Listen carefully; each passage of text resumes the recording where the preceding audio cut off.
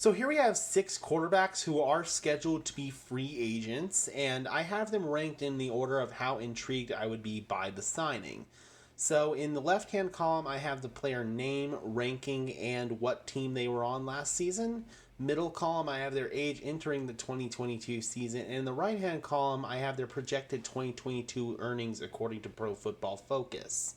So starting off at number 6, we have a player who, in my opinion, is by far the least intriguing option on this list, and that is Andy Dalton, formerly of the Chicago Bears, Dallas Cowboys, and Cincinnati Bengals. He's going to be entering his age 34 season next year, and Pro Football Focus has him projected to make $7.25 million next season.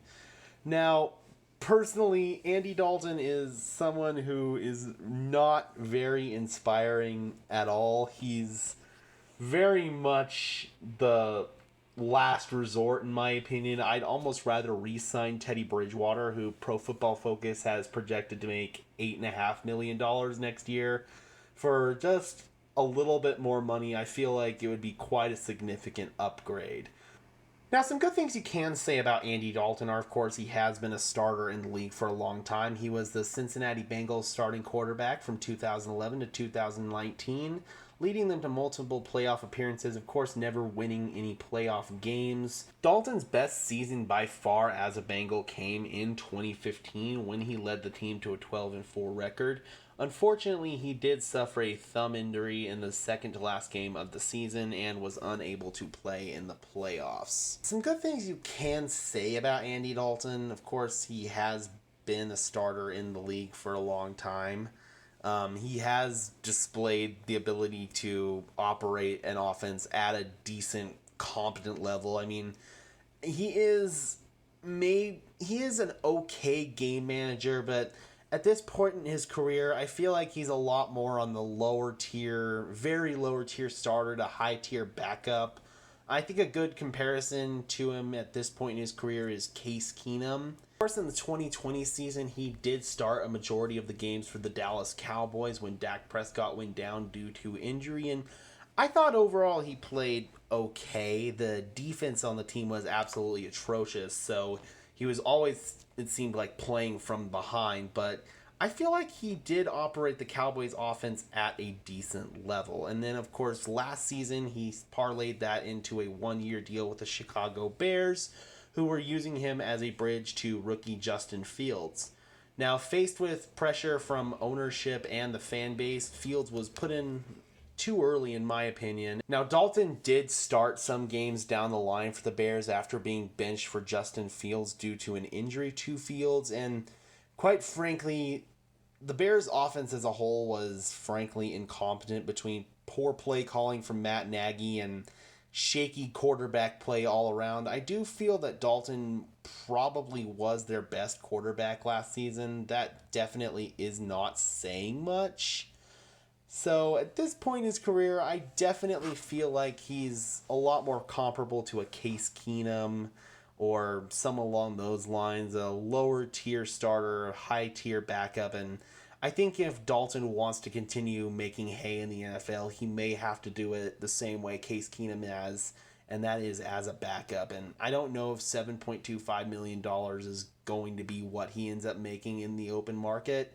I do feel like Dalton could be an option for the Broncos if all of these guys above him on the list fail, quite frankly, but even then, I almost feel like you're better off just rolling with Drew Lock, and hopefully he can lose you enough games to get you in striking position for a Bryce Young or a CJ Stroud in the 2023 NFL draft. Moving on to a player who I feel like is slightly more inspiring than Dalton, but I still feel like would be in the category of a fail-safe if all of the above options failed, and that is former Houston Texans quarterback Tyrod Taylor. Now, Taylor is going to be entering his age 33 season next year, and Pro Football Focus has him projected to earn $5 million. Now, Taylor, of course, has had a very interesting career. He was drafted by the Baltimore Ravens, where he spent his first few seasons as Joe Flacco's backup. Then he ended up going to the Buffalo Bills, where he was their starter from 2015 to 2017, and of course led the Bills to their first playoff appearance since the 1990s. Well, I do feel like Taylor has played pretty well when he's gotten starting time. Unfortunately, in every season since 2018, he has been injured and replaced by a rookie quarterback, and in turn has never gotten his job back. So, who knows? Maybe that could bode well for the Broncos if they decide to bring in Taylor and bring in a rookie. Maybe that'll guarantee that the rookie will play well. Some voodoo curse thing there. But anyway, Taylor unfortunately has dealt with injuries these past few seasons. In 2018, he was brought in to be the bridge quarterback to Baker Mayfield in Cleveland, and due to a frankly just overall mess in that situation, he did not win any games and was facing pressure early on from the fan base to be benched for Mayfield. Now, Taylor unfortunately ended up suffering a concussion week 3 against the New York Jets. Mayfield ended up taking over, and the Browns never looked back. He then moved on to the Los Angeles Chargers in 2019, where he spent a year behind Phillip Rivers, and when Rivers' contract expired and he moved on to the Colts, Taylor was in line to be the starting quarterback. Now, the Chargers drafted rookie Justin Herbert with the 6th overall pick in 2020 with the hopes that Taylor would be the starter for a year and would eventually be a bridge to Herbert. Now, unfortunately, we all know how that ended up. In week 1 against the Cincinnati Bengals, Taylor ended up suffering a rib injury, and he played through it, did not come out of the game, but the next week he had to have a pregame injection in order to be able to play. Now, unfortunately, the Chargers team doctor gave Taylor an injection, but he punctured his lung in the process. So Taylor ended up having to go to the hospital and missed the game. Herbert ended up playing very well in that game, and Taylor ended up missing multiple weeks from this punctured lung, and Herbert, of course, ended up going on to win Offensive Rookie of the Year, and Taylor never plays another snap again for the Chargers. Then, of course, last season in 2021, Taylor goes on to the Houston Texans, where he is named the Week 1 starter, plays well in the Week 1 game. They beat the Jacksonville Jaguars. Then, unfortunately, Week 2, yet again, he gets injured against his former team, the Cleveland Browns. Now, rookie Davis Mills came in and played pretty well on a team that absolutely was a mess. They had a revolving door at running back. Ownership's a mess. Another video for another day. Now, when Taylor got healthy, he was given his starting job back. Unfortunately, he was just unable to really make hay on a Houston offense that was absolutely a mess. So they go back to Davis Mills, and frankly, Mills played pretty well. And on a Texans team that has a lot of questions at the quarterback position, I feel like Davis Mills could be given a shot to start next season. So Taylor's going to hit the open market, and while I do feel like he brings some nice things to the table, he makes some of his best plays with his legs. Injuries are a concern, and his arm strength is another concern. I do feel like you just don't see enough big-time plays through the air with Taylor. So I don't know. I feel like, again, if all these guys fail and you can't secure really anyone else, Taylor is a better option than Andy Dalton, certainly, but I think that's probably the best thing he has going for him. So the next 4 players on this list I am a lot more intrigued by than the previous 2. I definitely feel like the margin between Tyrod Taylor and Marcus Mariota is quite wide. So at number 4, we do have Marcus Mariota of the Las Vegas Raiders. He's going to be entering his age 28 season next year, and Pro Football Focus has him projected to earn $8 million. Now, Mariota, of course, was the former number 2 overall pick by the Tennessee Titans in 2015. Unfortunately, he was never really able to establish himself as a dominant quarterback in the league, and in 2019, he ended up losing his starting job in Tennessee to Ryan Tannehill, and ironically enough, it was in a game here in Denver against the Broncos. So he ended up signing a 2-year deal with Las Vegas in the 2020 offseason, and he's spent those last 2 seasons as a backup to Derek Carr. He has gotten some playing time, however, in the past 2 seasons in a Wildcat package, predominantly running like read option plays and stuff along those lines, mostly taking advantage of his high-level athleticism, which is something I definitely feel like Mariota brings to the table. That's really the first thing you can see anytime you watch Marcus Mariota's tape is his legs are his best friend. He would definitely be most effective in a run-heavy offense with a ton of play action, RPOs, read option plays, stuff like that. Mariota is known as a very high-character player. I don't think I've ever heard anyone say anything bad about Marcus Mariota. Like, I heard he's just a very calm dude, always even keel. Unfortunately, he does have some issues. I feel like accuracy is really one of his bigger ones. I mean, you can see arm talent for sure, but definitely he struggles to put the ball where it needs to be. Decision making also a little concerning. It's really the main reason why he lost his job to Ryan Tannehill in Tennessee. And unfortunately, injuries have also played a really big part in the course that Mariota's career has taken. He has suffered a serious list of really bad injuries over the course of his career. 2016, he ended up breaking his leg. In 2018, he suffered an elbow stinger week 1, and it really plagued him throughout the entire season. Missed multiple games because of it. Re-aggravated it a couple of times down the stretch, and unfortunately ended up having to miss a critical week 17 win and in game against the Indianapolis Colts.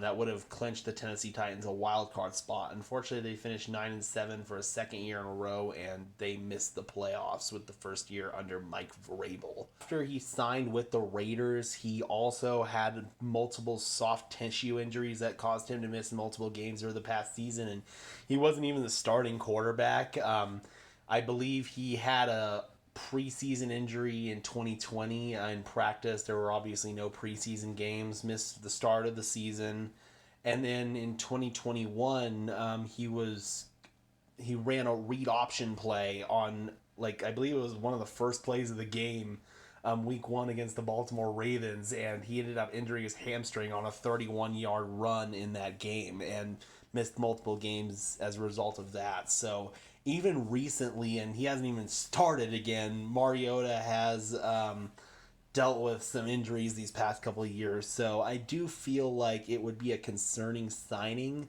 but I do feel Marcus would bring a ton more upside than a guy like Tyrod Taylor or Andy Dalton.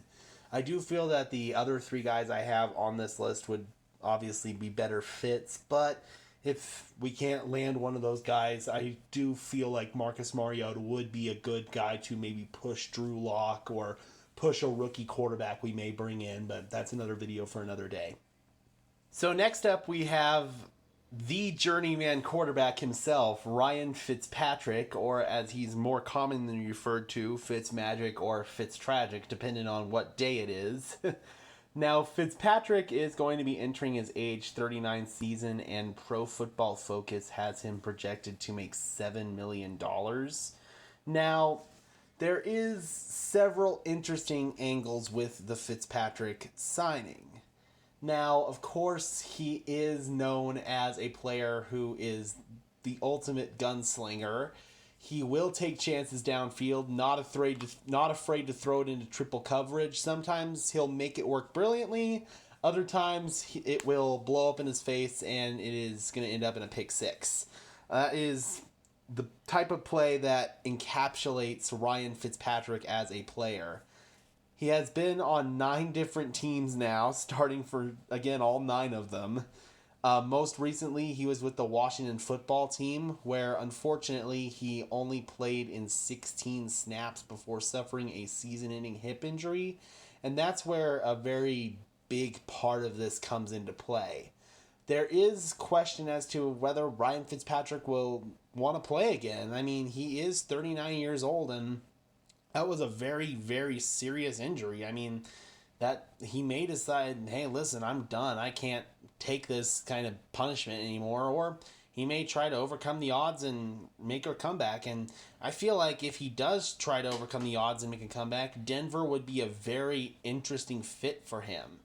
I definitely feel he would be legitimate competition for a rookie or for Drew Lock. And quite frankly, I feel like he could bring at least interesting level quarterback play to the Broncos. And if all things work out well, I mean, I could see Ryan Fitzpatrick maybe leading this team to the playoffs. But again, he is coming off of an injury, and there is that very low floor that you are risking when you sign a guy like Ryan Fitzpatrick. He's kind of like Drew Lock. I could honestly see the best case scenario for Drew Lock being a guy like Ryan Fitzpatrick. They're very similar players, honestly. Um, and so Fitzpatrick definitely would be intriguing, but the only reason I have him at number 3 is the injury factor, because there is a legitimate chance that Fitzpatrick may retire. I feel $7 million if he does decide to play again is a very fair number.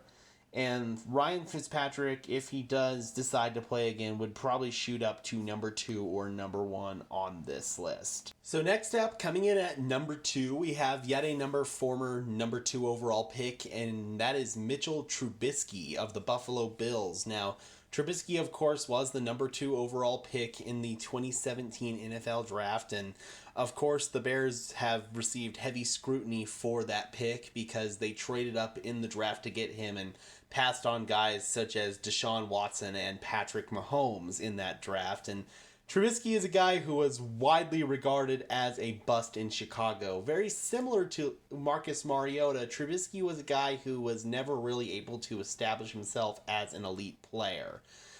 He does bring some good things to the table, however. His biggest strength is using his legs to create big plays. He does have a big arm, and he's not afraid to show it off. I feel like he'd be most efficient in a West Coast offense that would incorporate a lot of spread-heavy concepts. Some play action would be his best friend. Operating out of the shotgun where he could take off with his legs. Again, I feel like that would be the best fit for Mitchell Trubisky, and that's a very similar offense to what was ran in Buffalo. Now, in Chicago, poor mechanics were his biggest issue. They led to his accuracy issues, which really plagued him, especially in his final 2 seasons there. Downfield accuracy was just absolutely shaky. Same thing with decision making. He was very poor against the blitz, and so last year he ended up signing with the Buffalo Bills on a 1-year deal as a backup to Josh Allen, and he just didn't get a lot of playing time. He did see some time in the preseason and occasionally got in a couple of games last season to mop up duty games where the Bills had blown out their opponent essentially, but so I don't know how well his mechanical issues have been fixed. That's definitely something I want to see after his year under Brian Daboll, because we all know what he did with Josh Allen, because let's face it, Josh Allen's mechanics were a mess when he came out of college, and slowly but surely over time his mechanics began to improve, and that's ultimately what led to Josh Allen taking the big leap that he took. So I'm very curious if that year under Daboll could bode the same for a guy like Trubisky. And frankly, Trubisky may want to continue working with Daboll, and I could see Trubisky going to a place like New York where he could potentially push Daniel Jones in training camp, and even if Jones were to win the job, Trubisky could be that backup fail-safe option, and it could be kind of like a Marcus Mariota, Ryan Tannehill situation like I alluded to earlier. It could be kind of like that in New York. However, if that doesn't happen, perhaps the Broncos could look into signing Trubisky. He is going into his age 28 season next year, and Pro Football Focus has him projected to make $7 million, and I do, again, very similarly to Ryan Fitzpatrick, I feel like Trubisky could bring a lot of upside, and if all things work out well, he could lead this team to the playoffs. He did the same with a loaded Chicago Bears roster in 2018, and he also, the Bears were able to go to the playoffs in spite of Trubisky in 2019, so I definitely feel like he could come in and potentially bring at least competent level quarterback play. And again, it's very similar to Ryan Fitzpatrick, where you are risking a very low floor if you bring in a guy like Mitchell Trubisky. But again, Trubisky is projected to make the same amount of money, but he is 11 years younger than Fitzpatrick. So I feel like Trubisky would probably be the better signing than Fitzpatrick, but I feel like a legitimate argument could be made for either one of those guys. I definitely feel Nathaniel Hackett would maybe be able to do some interesting things with a guy like Trubisky. We saw what Hackett was able to do with Blake Bortles in 2017, where essentially he was able to kind of get Bortles out of the way in the offense, and the offense ran through a ground and pound style of attack with Leonard Fournette, and occasionally Bortles would chuck up deep balls to guys like Dede Westbrook and Keelan Cole, speed guys like that. And I feel like maybe Hackett could do something similar with a guy like Trubisky. So I definitely feel like Trubisky would be an interesting signing if he does not go to the Giants, which I feel like are very much the number one team in play for Trubisky. So coming in at number 1 on the list of free agent quarterbacks I feel the Broncos could target, we have famous Jameis Winston of the New Orleans Saints. Now, Winston, of course, was the former number 1 overall pick back in 2015 of the Tampa Bay Buccaneers, and we can definitely say talent is not a question with Jameis Winston. He can make any throw asked of him. He's a very high-level athlete, but his biggest gift is also his greatest enemy. He is very, very volatile. That is the number 1 word you use to describe Jameis Winston. He will put the ball in harm's way all the time.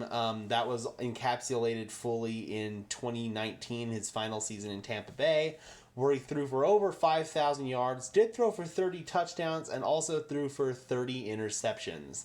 That is the Jameis Winston experience through and through. Now, in 2020, he signed with the New Orleans Saints on a 1-year deal and then re-signed with them last offseason after the retirement of Drew Brees, where he was named the starter over Taysom Hill in a quarterback competition. And frankly, I feel like Winston played pretty well. The Saints were 5-2, and then he goes down with a torn ACL against his former team, the Buccaneers. And that's one of the biggest question marks with Winston, is where is he with his injury?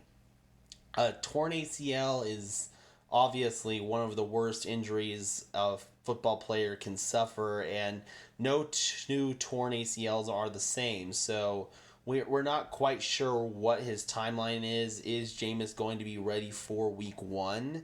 Now, Jameis, in my opinion, is highly likely to re-sign with the New Orleans Saints. Now, again, if he does hit the market, he definitely brings the highest ceiling of anyone on this list, but he also is the guy who has the most question marks. So if you were to sign Jameis Winston, he will be entering his age 28 season next year, and Pro Football Focus, he will sign a 1-year deal worth $7 million, but it will be incentive-based because of his injury. So he could earn up to $12 million with incentives next year, according to Pro Football Focus's projected contract. And I feel like that would be a very intriguing signing. Again, I don't necessarily know if Jameis Winston is going to leave New Orleans, because I feel like that's the best fit for him by a long shot, but I do feel Jameis Winston brings a lot of good things to the table, from his arm talent to his athleticism to his leadership. Overall, I felt like his decision-making greatly improved in New Orleans. So if Jameis Winston does hit the open market, I feel like he would be one of the more intriguing options for the Denver Broncos.